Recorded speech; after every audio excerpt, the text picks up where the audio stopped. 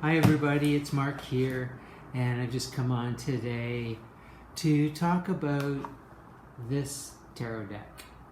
Yes, this is a tarot deck that I guess I have disparaged here and there on some of my other videos, and this past month I have been determined to make friends with the deck, and the happy news is that I have done so.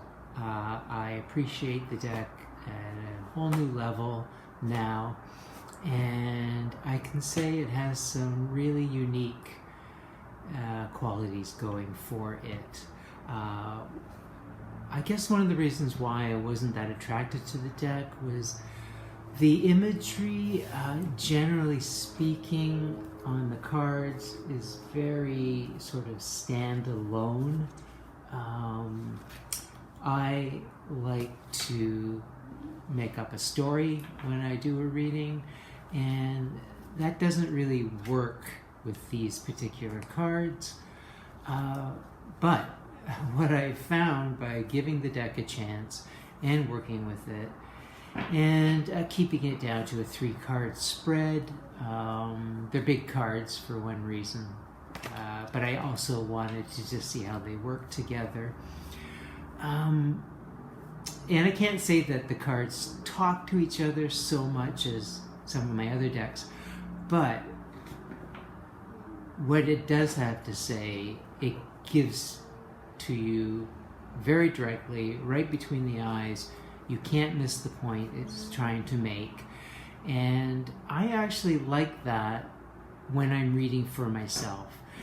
A less blunt deck and more of that storytelling thing I was talking about, I find appropriate when I'm reading for somebody else.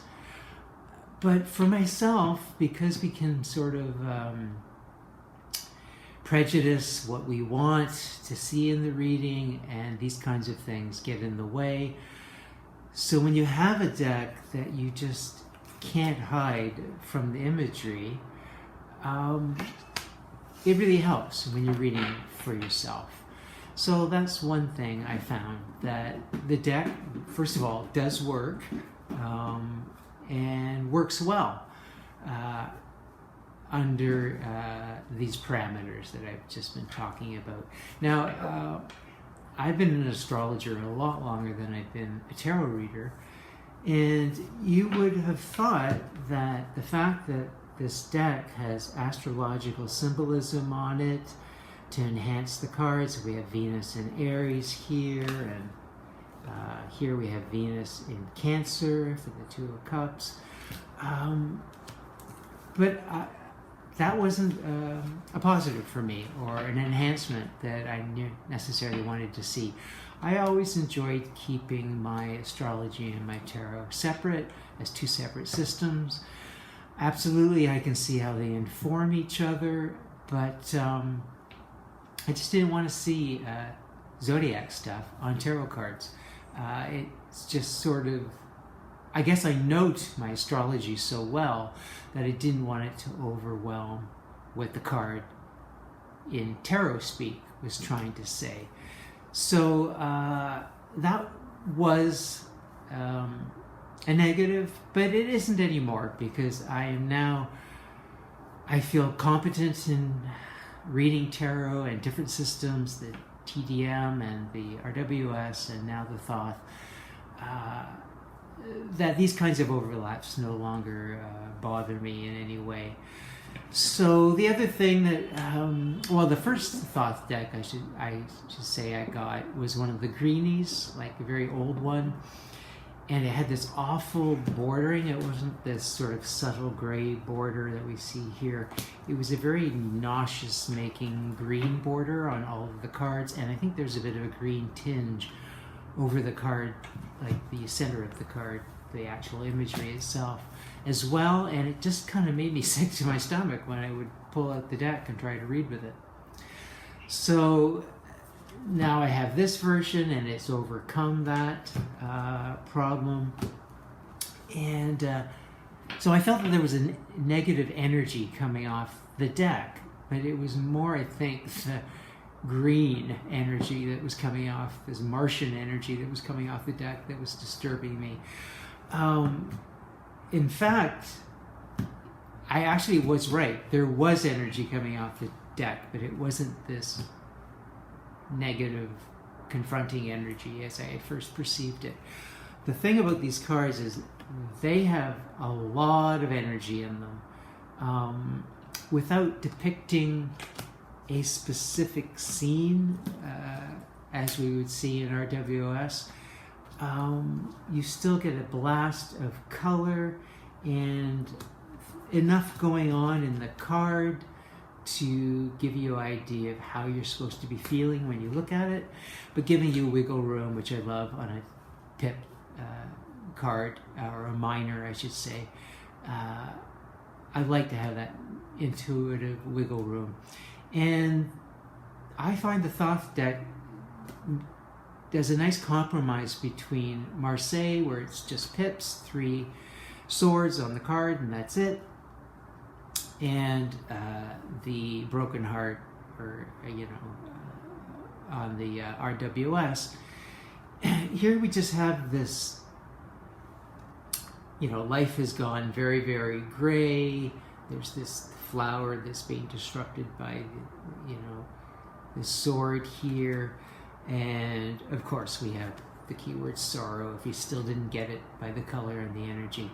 But I mean, there is something going on in these cards beyond pip action. For instance, when I first looked at this card, I just thought, okay, 4 of discs or pentacles or whatever, and here they are, and now we have the word power, and it's the sun in Capricorn and all these things, and I thought, okay, but the image isn't really doing anything for me. And then I looked closer and I realized this is actually turrets on a castle. We're looking down on a castle. This is the entrance to the castle across a moat. So there's this fortress vibe going on, and that's very 4 of Pentacles. Same with the 8 of Pentacles. We've got, obviously it's a tree shape, it's doing well, it's flowering. And then you compare it to the 7 of Pentacles in this deck, and yes, we have failure at the bottom, but we also see this graying, drooping, non-blossoming plant life here as well. So I kind of like that.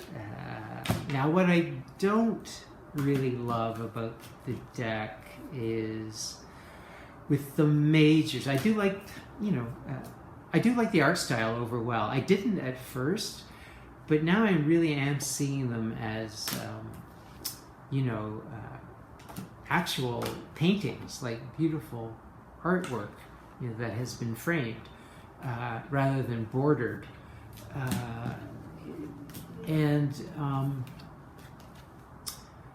So I can appreciate the color and all that's happening.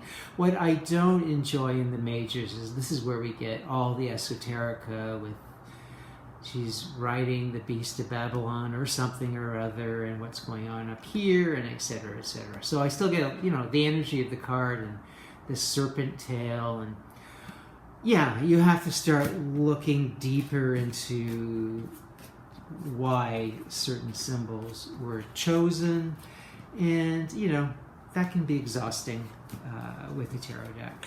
So yeah, I do love the look of the majors. I like the coloration, and I'm it's okay to have symbolism. It's just like I would like to understand what that symbolism is, and I have been reading the books.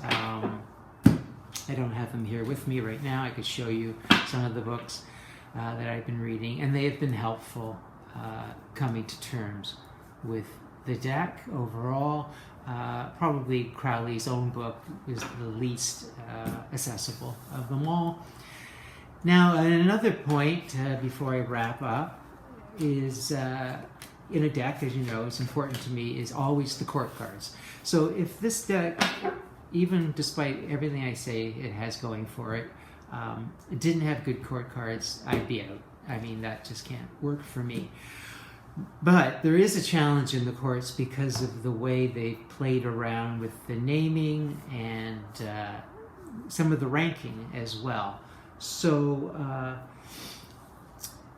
let's start with the easy stuff. The queen is a queen, and we even see there's a goat head on her throne here, and here we have the Capricorn goat.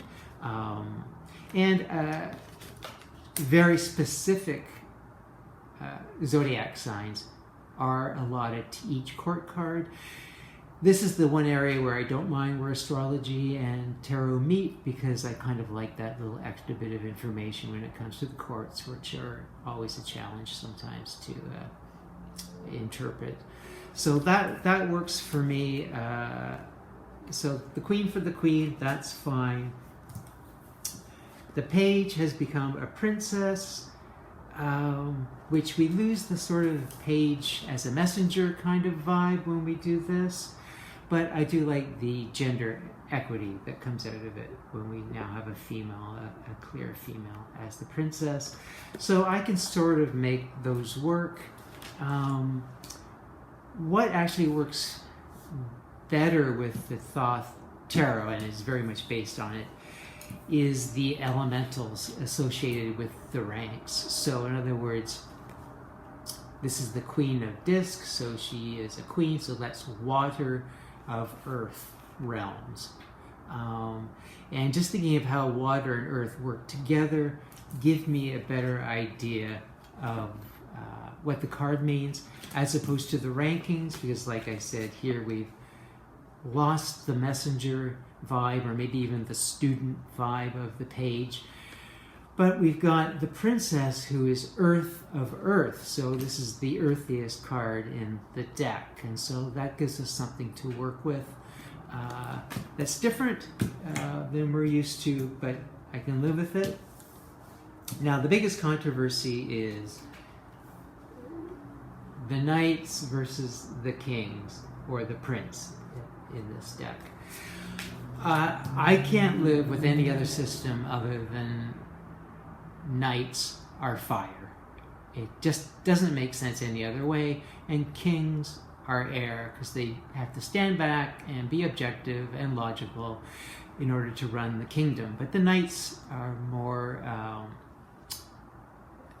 romantic and on the move and energetic, and that's fire to me. And knights are how you woo somebody or are wooed romantically.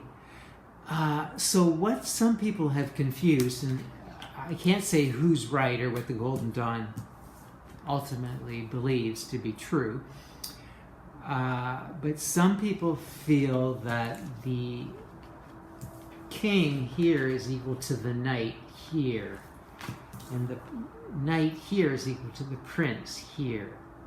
I don't think that's the case, and I don't think that's what the Golden Dawn intended.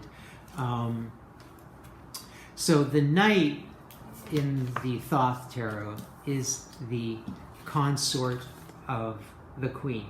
So we don't need a king. She's already got a partner in the knight. This is a Virgo card in this deck. That's why we have all the wheat, because the Virgin is usually carrying a shaft of wheat. And over here we also have this agricultural knight, and the stance, the way they're looking, these two should be able to be swapped out for each other. And I don't feel like it's right to swap this one out for this one, just because they are considered to be the consort or partner of the queen in each deck.